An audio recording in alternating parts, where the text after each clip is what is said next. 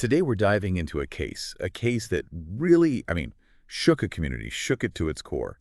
Just imagine the fear that gripped the Carter G. Woodson houses in Brownsville, Brooklyn, Oh, yeah. as residents lived for years with this unsettling feeling that a serial killer might be living right there amongst them. It's a truly disturbing scenario. The idea that someone that you might see every day, someone seemingly ordinary, could be capable of such horrific acts is deeply unsettling. Absolutely. And in this case, the suspect turned out to be some of the residents they knew well, Oh, the wow. building's handyman.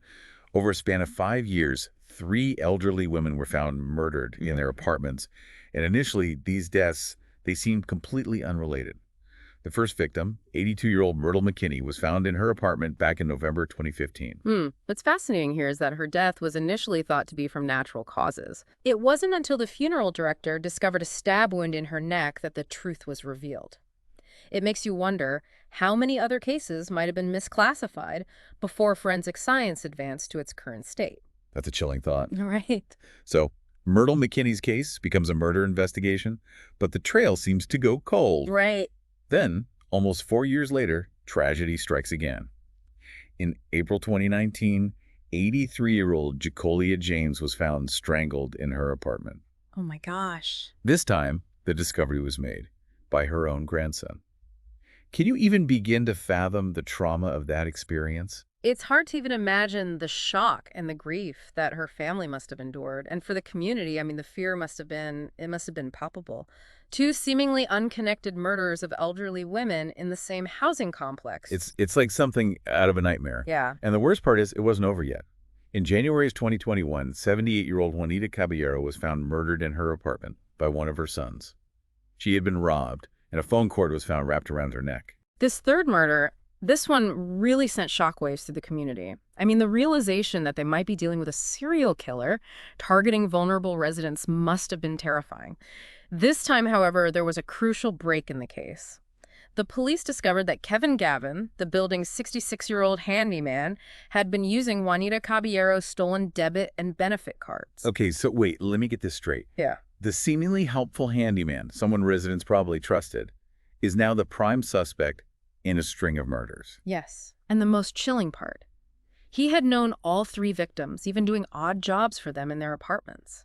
Imagine the sense of betrayal those women must have felt. Someone they let into their home, someone they might have even considered a friend. It's a complete violation of trust, the kind of thing that makes you question everyone around you. Yeah. So, what happened next?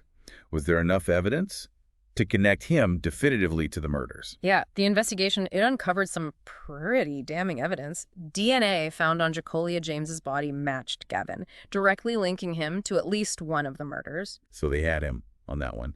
But what about Myrtle McKinney and Juanita Caballero? Well, he was indicted on charges of first and second-degree murder for all three killings. Remember, first-degree murder implies premeditation, while second-degree suggests a killing that wasn't planned in advance but was still intentional. Right. The prosecution clearly believed that they had enough evidence to prove Gavin's intent in all three cases.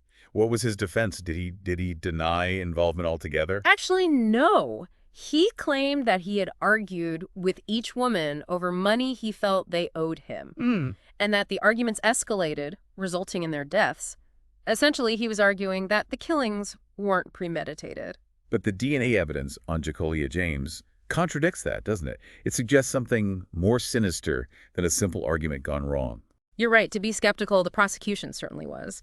And remember, the impact of these crimes, it extended far beyond the immediate victims. Imagine living in that housing complex, knowing that a potential serial killer was walking among you for years. The fear must have been paralyzing. It's heartbreaking to think about the families of these women, too. Absolutely. Stephen Caballero, one of Juanita's sons, he spoke about the pain of losing his mother so tragically. He said, and I'm quoting here, "My mother was brutally murdered. Brutally murdered. I'm sorry, this is tough on me. It's still fresh. I can never get the vision of seeing my mother out of my eyes." That raw emotion, it really highlights the devastating ripple effects of these kinds of crimes. And Lamar Crafton, Jacolia James's grandson, he spoke about the fear that gripped the community. He said residents were terrified, always wondering if they could be next. It's a chilling reminder that these tragedies don't just impact the immediate victims, but they cast a long shadow over entire communities. What strikes me is the sense of betrayal. That must have been felt by those who knew Gavin. They probably thought they were just being neighborly by letting him into their homes. That's one of the most unsettling aspects of this case. It highlights how easily trust can be exploited, especially when it comes to individuals in positions of authority or service like a handyman. This man was literally welcomed into these women's homes, and he took advantage of their vulnerability in the worst possible way. It's a stark reminder that appearances can be deceiving.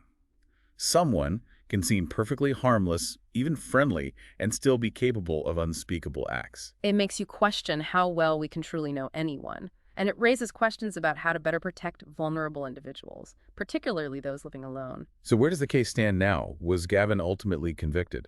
He pleaded not guilty and was held without bail.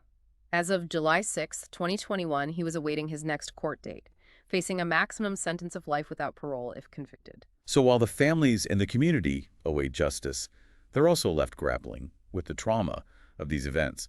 What are the long-term effects of living under such a cloud of fear and suspicion? The psychological toll of these crimes, it can be immense. Not only do the families of the victims suffer profound loss, but the entire community lives with a heightened sense of anxiety and vulnerability. It erodes trust in others and can even lead to social isolation, as people become afraid to interact with their neighbors. It almost feels like the community itself becomes a victim in these situations. Their sense of security and well-being is just shattered. That's a very insightful observation, and it speaks to the need for community-based support systems to help people cope with the trauma and rebuild trust. What kind of support systems are you talking about? Well, things like grief counseling, support groups, community policing initiatives that foster positive relationships between residents and law enforcement, and even just simple acts of neighborly kindness can make a big difference. It sounds like it's about rebuilding that sense of community and reminding people that they're not alone in their fear and grief. Exactly. And that can be a long and challenging process, but it's essential for healing and restoring a sense of safety. This case really underscores the dark side of human nature, the potential for evil to lurk in the most unexpected places, but it also highlights the strength and resilience of the human spirit, the power of community to come together in the face of adversity. That's a powerful way to put it. It's about finding hope amidst the darkness, recognizing that even in the aftermath of tragedy, there's a collective desire to heal and rebuild. It's a reminder that we're all connected Yeah, and that we have a shared responsibility to look out for one another, especially those who are most vulnerable. absolutely. And it's a reminder that even small acts of kindness can have a ripple effect, creating a more compassionate and supportive environment for everyone. I think that's a perfect place to pause for a moment. We've covered a lot of ground here, and it's important to take a breath and process what we've learned. This case, this case brings up a really important point about recognizing and addressing the vulnerabilities of elderly individuals, especially those living alone. Oh, absolutely. It's a complex issue, with a lot of factors at play. We're talking about potential social isolation, health concerns, financial strain, and then you layer on the fear of crime, and it creates a perfect storm for exploitation. So what can we do about it? What are some concrete steps that people can take to protect themselves and their loved ones? I think awareness is key. Right. We need to be mindful of the signs of elder abuse, which can be physical, emotional, financial, or even neglect. Yeah. Sudden changes in behavior, unexplained injuries, missing belongings, unusual financial activity. These are all red flags that warrant further investigation. Those are things that neighbors and friends might be in a better position to notice than family members who don't see their loved ones as frequently. Exactly. It's about being a good neighbor, checking in on elderly residents, and offering assistance when needed.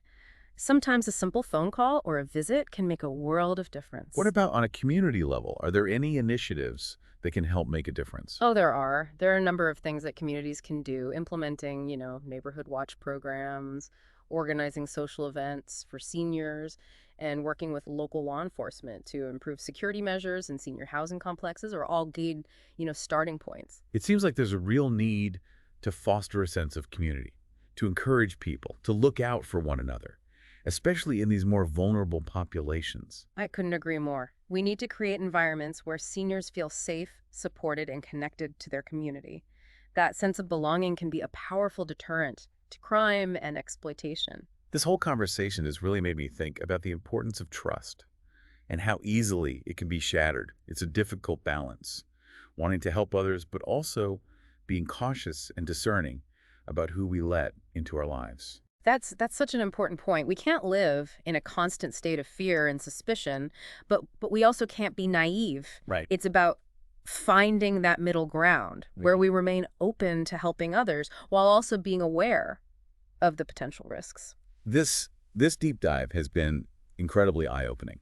We have explored the dark side of human nature, the devastating consequences of violence and betrayal, and the importance of community and vigilance in protecting those who are most vulnerable. And amidst all the darkness, there's a glimmer of hope. Yeah. We've seen the strength and resilience of the human spirit, the unwavering love of families, and the power of community to come together in the face of tragedy. It's a reminder that even in the darkest of times, we have the power to choose compassion, to offer support, and to work towards building a safer and more just world for everyone. We hope this deep dive has given you some things to think about, perhaps even inspired you to get more involved in your own community. Until next time, stay curious, stay informed, and stay engaged.